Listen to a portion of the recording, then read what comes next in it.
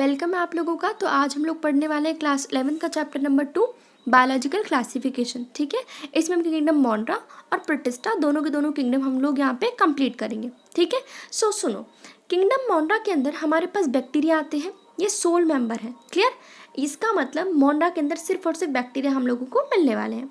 ये अबंडेंट होते हैं, माइक्रो ऑर्गेनिज्म है। ठीक है, बैक्टीरिया में हर जगह मिलेंगे देखने को। क्लियर, अगर आप मिट्टी भी उठा के देख रहे हो अपने हाथों में तो भी आपको वहाँ पे हंड्रेड्स ऑफ बैक्टीरिया देखने को मिल जाएंगे। अगर मैं बात करूँगा घर कहाँ होता है, कहाँ कहाँ पे मिलते हैं हमें देखने को, तो जहाँ पे आप सोच भी नहीं सकते वहाँ पे सर्वाइव कर सकते हैं। Like hot spring, desert, snow, deep ocean, यानी कि बिल्कुल हॉट टेम्परेचर में भी रह सकते हैं और बहुत ज़्यादा ठंड के अंदर भी रह सकते हैं, इनको कोई फ़र्क नहीं पड़ता। ठीक है, इसके अलावा कुछ तो ऐसे हैं जो कि ऑर्गेनिज्म के अंदर या ऑर्गेनिज्म की बॉडी के ऊपर भी रह सकते हैं, यानी कि कुछ पैरासाइट्स की तरह भी रहते हैं। क्लियर, अगर मैं बात करूँ बैक्टीरिया को हमने 4 कैटेगरीज में डिवाइड किया है उनके शेप्स के अकॉर्डिंग। नंबर 1 है स्फेरिकल कोकस, यानी कि ऐसे हमारे पास राउंड राउंड शेप होगी, इसको बोलेंगे स्फेरिकल कोकस। नंबर 2 बेसिलस, यानी कि हमारे पास रॉड शेप्ड स्ट्रक्चर बनेगा जो शेप होगी बेसिलस। ठीक है, नंबर 3 स्पाइरलम। ठीक है, इसके पास क्या प्रेजेंट है, फ्लैजिला प्रेजेंट है। नंबर 4 विब्रियो, जो कि क्या है, कोमा शेप्ड है। क्लियर, इसके बाद हमारे पास सुनो, अब बैक्टीरिया देखने में आपको बड़े सिंपल लग रहे हैं, लेकिन सिंपल नहीं है। जो चीज़ सिंपल दिखती है वो कभी सिंपल हो ही नहीं सकती, ये काफ़ी कॉम्प्लेक्स होते हैं। किस तरीके से, इनकी जो मेटाबॉलिक डाइवर्सिटी है ना वो बहुत डिफरेंट है। मतलब कुछ तो ऑटोट्रॉफ्स होते हैं, कुछ हेटरोट्रॉफ्स होते हैं, मतलब कि कंफ्यूजन क्रिएट कर रखी है। इनका मोड ऑफ न्यूट्रिशन देख रहे हो, कुछ ऑटोट्रॉफ्स भी हैं, कुछ हेटरोट्रॉफ्स भी हैं। ऑटोट्रॉफ्स की बात करूँ तो फोटोसिंथेटिक ऑटोट्रॉफिक होंगे, कुछ कीमोसिंथेटिक होंगे, यानी कि कुछ तो सनलाइट के थ्रू खाना बनवा रहे हैं, कुछ केमिकल्स को यूज़ करके अपना खाना खुद बना रहे हैं। ठीक है, इसके अलावा हेटरोट्रॉफ्स होते हैं, वो किसी और के ऊपर डिपेंड होंगे या फिर बिल्कुल डेड डिकेइंग मैटर खा रहे होंगे, सेप्रोफाइट्स वगैरह होंगे। ठीक है, अब अगर मैं बात करूँ तो मोंड्रा को हम लोग 2 कैटेगरीज में डिवाइड करते हैं। Number 1 Archie bacteria, number 2 you bacteria. ठीक है, सो आर्की बैक्टीरिया यानी कि जो फर्स्ट टाइम आए हैं तो ये बैक्टीरिया काफ़ी स्पेशल थे। ठीक है, ये हार्श हैबिटेट के अंदर रह सकते थे, अभी मैंने आपको बता के चली हूँ, मैंने इंट्रो दिया था। ठीक है, ये सॉल्टी एरियाज में रह सकते हैं तो बोलेंगे हेलोफाइल्स। ठीक है, अगर हॉट स्प्रिंग्स में रहते तो बोलेंगे थर्मो एसिडोफाइल्स, अगर मार्शी दलदल एरिया में रहेंगे तो बोलेंगे मिथेनोजन्स।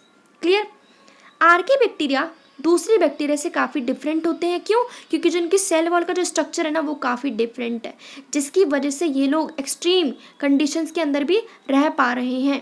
क्लियर, तो हमारे पास क्या है, डिफरेंट सेल वॉल होने की वजह से ये लोग अच्छे से सर्वाइव कर सकते हैं।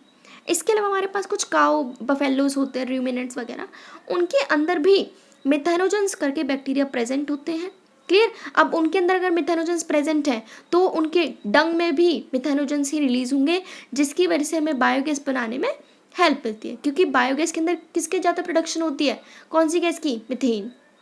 ठीक है, नेक्स्ट है यू बैक्टीरिया। अब यू बैक्टीरिया यानी हमारी बात हो रही है, यानी कि ट्रू बैक्टीरिया। ठीक है, सो ये थाउजेंड्स ऑफ डिफरेंट बैक्टीरिया हमारे पास होते हैं। क्लियर, इनके पास अच्छी सी सेल वॉल होगी, ये अच्छे से मूव करेंगे, तो मूव करने के लिए कुछ ना कुछ चाहिए, बिल्कुल। तो क्या होगा, मूव करवाने के लिए फ्लैजिलम होगा, यानी कि फ्लैजिला।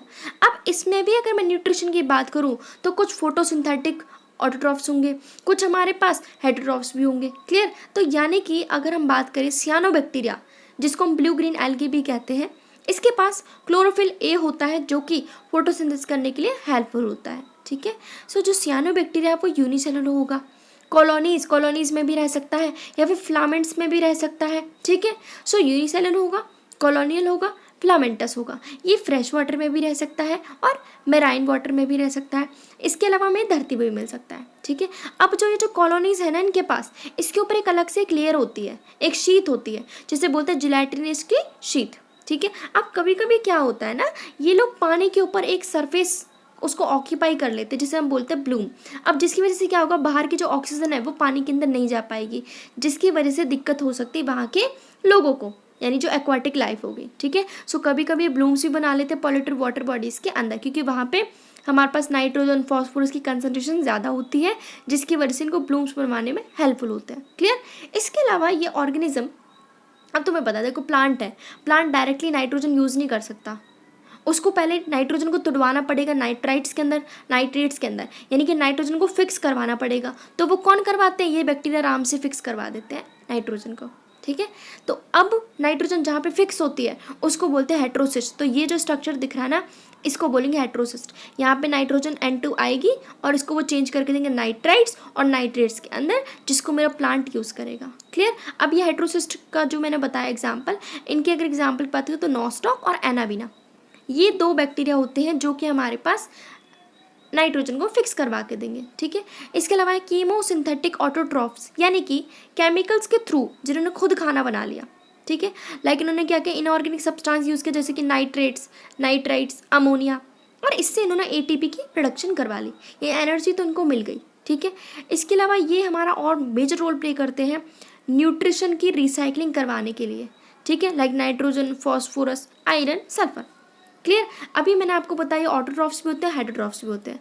तो हेटरोट्रॉफिक बैक्टीरिया हमारे पास काफ़ी ज़्यादा होते हैं। इनमें एग्जाम्पल आता है डीकम्पोजर्स का। क्लियर। अब इनका अच्छा इम्पैक्ट भी है हमारे पास और बुरा भी है। अच्छे की बात करें तो हम दही बनवा सकते हैं। ठीक है। हम काफ़ी सारी एंटीबायोटिक्स बनवा सकते हैं। इसके अलावा हम क्या कर सकते हैं, हम अपने पास नाइट्रोजन को फिक्स करवा सकते हैं। क्लियर। अब इनमें ना कुछ बेकार भी चीज़ें होती हैं, कुछ ना कुछ ये पैथोजेनिक भी होते हैं, जिसकी वजह से human beings, crops, farm animals, pets, यहाँ तक कि इनको भी परेशानी हो सकती है। Like cholera, typhoid, tetanus, citrus canker, ये सब हो सकती है बीमारियाँ। ठीक है। बैक्टीरिया अगर मैं बात करूँ किस तरीके से रिप्रोडक्शन करेगा, तो ये अगर हमारे पास अनफेवरेबल कंडीशन हुई तो ये स्पोर्ट्स बनाएगा। अगर फेवरेबल कंडीशन हुई तो ये रिप्रोडक्शन करेगा सेक्चुअल। क्लियर। कैसे करेगा, यहाँ से प्रिमिटिव DNA जाएगा दूसरे वाले DNA के पास में, तब होगा हमारे पास sexual reproduction. Clear. So bacteria वैसे रिप्रोड्यूस करता है फिजन के थ्रू, लेकिन अगर अनफेवरेबल कंडीशन है तो बनाएगा स्पोर्ट्स, और वैसे करेगा सेक्चुअल रिप्रोडक्शन भी करता है। ठीक है। By sharing the primitive type of DNA। Clear. अब मैं बात करूँ तो माइकोप्लाज्मा सबसे छोटी सेल होती है, लिविंग सेल है। इसके पास ऑक्सीजन ना हो तो भी सर्वाइव कर लेगी। इसके पास कोई सेल वॉल नहीं होती है। ठीक है। ये काफ़ी पैथोजेनिक है एनिमल्स और प्लांट्स के लिए। ठीक है। बीमारी भी कॉज करती है प्लांट्स और एनिमल्स के अंदर। अब स्टार्ट होगा किंगडम प्रोटिस्टा। अब किंगडम प्रोटिस्टा के अंदर हमारे पास अब स्टार्ट होंगे यूकैरियोट्स। ठीक है। अभी मोनरा में हम क्या पढ़ रहे थे, प्रोकैरियोट्स, यहाँ पे क्या पढ़ेंगे, यूकैरियोट्स। क्लियर। अब इसमें ना बाउंड्रीज क्लियर नहीं है, मतलब यहाँ पे ना हमें यही नहीं पता कि भाई ये वाला प्लांट है, एनिमल है। हमने काफ़ी सारे लोगों को इसमें डाल रखा है प्रोटिस्टा के अंदर। ठीक है। सो इस किंगडम की बाउंड्रीज फिक्स नहीं है, वेल डिफाइंड नहीं है। यहाँ पे हमने फोटोसिंथेटिक प्रोटिस्टा को किसी बायोलॉजी को लगा भाई ये फोटोसिंथेटिक है, जबकि दूसरी वाले को लगा नहीं नहीं नहीं नहीं ये तो प्लांट है। ठीक है। सो इसमें हम बात करेंगे chrysophytes, dinoflagellate, euglenoid, slime moulds, protozoa. ठीक है। अब इनमें से कुछ तो हमारे पास होते हैं प्राइमरली एक्वाटिक होते हैं। क्लियर। ये लिंक भी बना रहे हैं दूसरे किंगडम्स के साथ, जैसे कि प्लांट्स, एनिमल्स, फंजाई के साथ। ठीक है। क्योंकि मैंने कहा अभी कि इनके पास वेल डिफाइंड बाउंड्रीज नहीं है। क्लियर। तो हमारे पास जब ये यूकैरियोट्स है इसलिए इनके पास न्यूक्लियस होता है, कुछ मेम्ब्रेन बाउंड ऑर्गेनेल्स भी प्रेजेंट होंगे। मूवमेंट के लिए फ्लैजिला प्रेजेंट है, सिलिया प्रेजेंट है। रिप्रोडक्शन की बात करें तो ये एसेक्सुअली भी रिप्रोडक्शन करेंगे और सेक्चुअली भी करेंगे। ठीक है। बाय सेल फ्यूजन और जाइगोट फॉर्मेशन। सो नंबर 1 आएगा क्राइसोफाइट। अब इसमें ना हमारे पास 2 तरीके के लोग होते हैं। Number 1 diatoms, number 2 golden algae. ठीक है।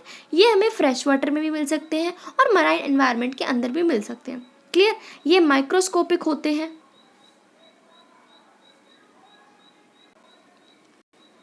अब स्टार्ट करते हैं क्राइसोफाइट्स। ठीक है। ये हमारे पास 2 तरीके के मिलते हैं, डाइएटम्स होते हैं और गोल्डन एल्गी होते हैं। ये हमें कहीं भी मिल सकते हैं, चाहे साफ पानी हो, गंदा पानी हो, कहीं भी मिल सकते हैं। ठीक है। फ्रेश वाटर, मराइन, खारे पानी के अंदर भी मिल सकते हैं। ये काफी छोटे होते हैं और कहीं भी वेल लेकर के घूमे रहते हैं, बस पानी के अंदर कहीं फ्लोट कर रहे होते हैं। क्लियर। ये फोटोसिंथेटिक होंगे। इनकी जो सेल वॉल है वो बहुत अलग तरीके की होती है। जैसे कि मानो आपने चश्मे के डिब्बे को इमेजिन करो। ठीक है। उसको हम खोल भी सकते हैं, बंद भी कर सकते हैं। तो जब उसको बंद करेंगे ना तो वो एक बॉक्स बनेगा। तो इसी तरीके जो सेल वॉल है उसमें ओवरलैपिंग शेल्स होती है। ठीक है। तो वो एक तरीके से सोप बॉक्स की तरह हम लोगों को नजर आएंगी। क्लियर। इसके अलावा इनकी जो वॉल है, सेल वॉल के ऊपर एक लेयर होती है जिसे कहते हैं सिलिका।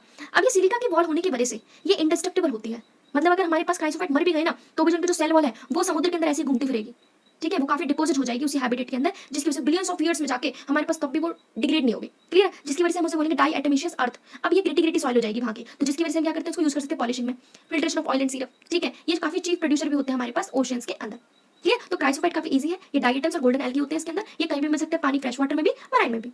ज़्यादातर ये माइक्रोस्कोपिक होते हैं और कहीं भी फ्लोट कर रहे होते हैं, ठीक है। फोटोसिंथेटिक होंगे, इनके जो सेल वॉल वो याद होगा उस पे सिलिका की लेयर होती है जो कि इंडिस्ट्रक्टिबल है। अब ये तो मर भी गया ना क्राइसोफाइट, तो भी जो उसकी सेल वॉल है वो पानी के अंदर ऐसी घूमती फिरती रहेगी, ठीक है। जो वहाँ पे आपकी जो अर्थ हो जाएगी वो कैसी बन जाएगी, डाइएटोमिशियस अर्थ बन जाएगी। अब वहाँ की जो सॉइल है वो कैसी बनेगी, ग्रिटी सॉइल बनेगी, जिसकी वजह से हम उसको यूज कर सकते हैं पॉलिशिंग के अंदर, filtration of oil and syrups के अंदर। क्लियर। नेक्स्ट है हमारे पास डाइनोफ्लैजिलेट। अब इसके नाम में क्या आ रहा है, डाइनो यानी कि 2 फ्लैजिला इसके पास प्रेजेंट होते हैं। तो पहली बात सुनो, यहाँ पे ना कुछ सेलुलोज की प्लेट्स प्रेजेंट है, ठीक है। इसके अलावा यहाँ पे फ्लैजिला दिख रहे होंगे। हमारे पास मराइन वाटर में मिलते हैं, ये भी फोटोसिंथेटिक है। अब ये डिफरेंट कलर्स के हो सकते हैं क्योंकि इनके पास पिगमेंट्स प्रेजेंट होते हैं इनकी सेल वॉल के ऊपर, yellow, green, brown, blue, red. Clear.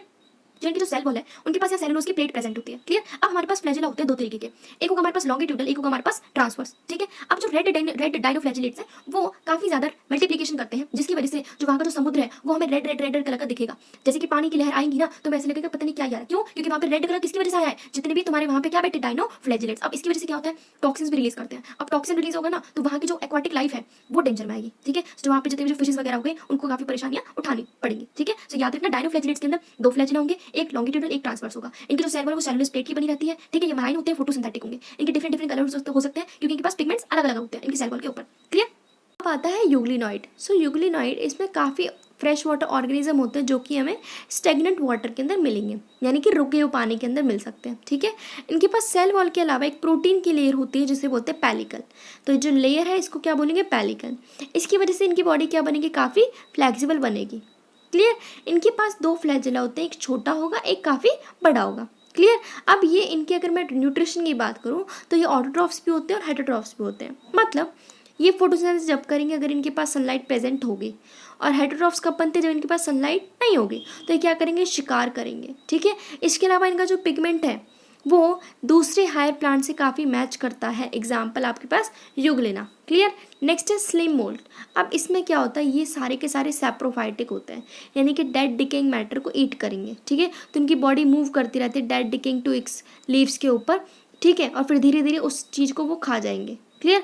Suitable condition के अंदर हमारे पास क्या करते हैं, प्लाज्मोडियम बनाएंगे, फिर वो धीरे धीरे वो ग्रो करेगा, ठीक है, और पूरे फीट तक बहुत लंबा उसकी जो रेंज है वो बढ़ जाएगी। अब स्टार्ट करते हैं स्लाइम मोल्ड्स, ठीक है।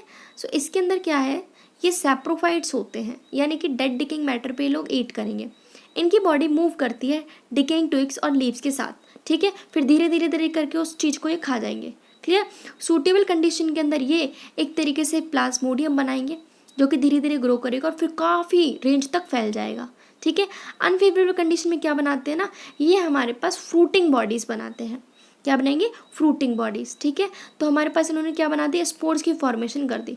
अब स्पोर्स की फॉर्मेशन करी तो क्या होगा, ये रेजिस्टेंट होते हैं, ठीक है, और एडवर्स कंडीशन के अंदर हेल्पफुल होते हैं क्योंकि हम इनको काफ़ी सालों तक रोक के रख सकते हैं, इनको बचा के रख सकते हैं, ठीक है। इन स्पोर्स को हम कैसे डिस्पर्स करेंगे, थ्रू द एयर। ये जैसे कि यहाँ पे स्पोर्स की जो सेल वॉल फट जाएगी, फिर सारे के सारे स्पोर एयर के थ्रू अपने अपने टारगेट के पास चले जाएंगे, ठीक है। नेक्स्ट है प्रोटोजोआ। अब प्रोटोजोआ, अब देखो धीरे धीरे हम कहाँ पे आ गए, हेटरोट्रॉफ्स पे आ गए। सो ये हेटरोट्रॉफ्स होते हैं, ये प्रेडेटर की तरह रहते हैं और कभी कभी पैरासाइट की तरह भी रहते हैं, ठीक है। इनको हम बोलते हैं कि ये रिश्तेदार रहे हैं हमारे एनिमल्स के, ठीक है। प्रोटोजोआ की 4 कैटेगरी है। अमीबॉइड, अमीबॉइड के नाम से समझ में आ रहा है अमीबा, यानी कि फ्रेश वाटर में भी रह सकते हैं, ये सी वाटर में भी रह सकते हैं, मॉइस्ट सॉइल के अंदर भी रह सकते हैं, ठीक है। ये अपना खाना कैप्चर कैसे करते हैं, सूडोपोडिया की हेल्प से, है ना, ऐसे ऐसे फॉल्स फीट बना लेंगे जिससे क्या करते हैं, अपना ये खाना अपटेक कर लेंगे, ठीक है। इसके अलावा इनकी जो शेल्स है उसके ऊपर किसकी लेयर होगी, सिलिका की लेयर होती है, ठीक है। एंटा अमीबा एग्जाम्पल दे रखा है आपके पास पैरासाइट का। नेक्स्ट है फ्लैजिलेटेड प्रोटोजोआ।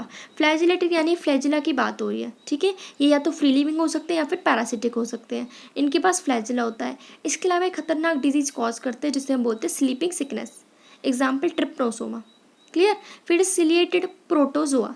सिलिएटेड का मतलब इनके पास क्या प्रेजेंट है, सीलिया प्रेजेंट है, थाउजेंड्स ऑफ सीलिया प्रेजेंट होते हैं। कहाँ पे मिल सकते हैं, एक्वाटिक और एक्टिवली मूविंग ऑर्गेनिज्म होते हैं। इसके अलावा इनके पास गलेटिक कैविटी होती है, ठीक है, जिससे क्या होता है, देखो ये रही आपके पास गलेट कैविटी, ये रही। अब क्या होता है ना, इसमें जो भी जो खाना पानी है वो सिलिया क्या करेंगे, उसको लेके आएंगे और फटाफट से किस में डाल देंगे, गलेट कैविटी के अंदर। सो गलेट कैविटी बेसिकली क्या करती है, फूड पानी को स्टोर करके रखेगी इनके लिए, ठीक है। सो कोऑर्डिनेटेड मूवमेंट जो कि हो रहा है सीलिया का, जिसकी वजह से पानी खाना वानी जो भी है वो सारा गलेट कैविटी के अंदर चला जाएगा। एग्जाम्पल है पैरामीशियम। ठीक है। Next Sporozoa. अब स्पोरोजोआ की यानी कि मैं बात कर रही हूँ स्पोर्स की, और स्पोर्स किसके अंदर बनते हैं? प्लाज्मोडियम के अंदर। प्लाज्मोडियम की वजह से क्या होता है, हमारे पास बीमारी होती है जिसे कहते हैं मलेरिया, जो कि काफ़ी स्टैगरिंग इफेक्ट डालता है ह्यूमन पॉपुलेशन के ऊपर। क्लियर? तो यहाँ पे हमारा प्रोटिस्टा फिनिश हुआ। इससे आगे का पार्ट हम नेक्स्ट वीडियो में कंप्लीट करेंगे। ठीक है, जिसको भी पसंद आए तो please do like, subscribe and share.